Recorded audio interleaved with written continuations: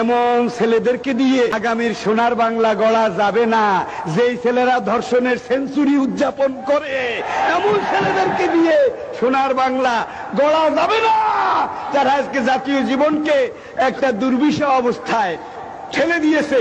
সোনার বাংলা গড়তে হলে সোনার মানুষ চাই, ঠিক কিনা?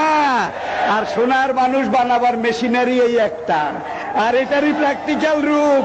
লাকাদ কানা লাকুম ফি রাসূলিল্লাহি উসওয়াতুন হাসানা।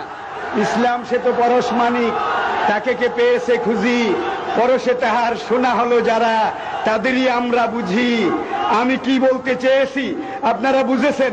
আমার হাতে মামলা আছে, আমার হাতে হামলা আছে, আমার হাতে কামলা আছে, আমার হাতে আমলা আছে, আমার হাতে গামলাও আছে। এইবার আমি মনে করি যে আমি সবকিছু, ঠিক কিনা? এইভাবে পুরো জাতি আজকে উচ্ছন্নে যেতে বসেছে।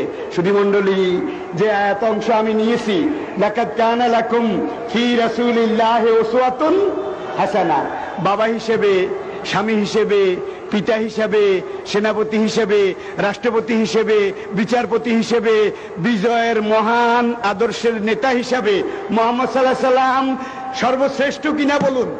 ইনসাইক্লোপিডিয়া ব্রিটানিকা বলছে, as a religious teacher, as a founder, as a ruler, as a leader, as a commander, Muhammad, Allah bless him, is the superman of the world.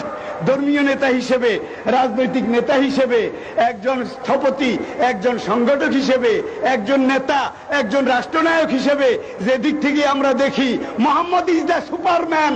তিনি সবার উপরে সর্বশ্রেষ্ঠ। তাকে সামনে রাখলে আর অন্য কোনো দিকে যাওয়া লাগে না।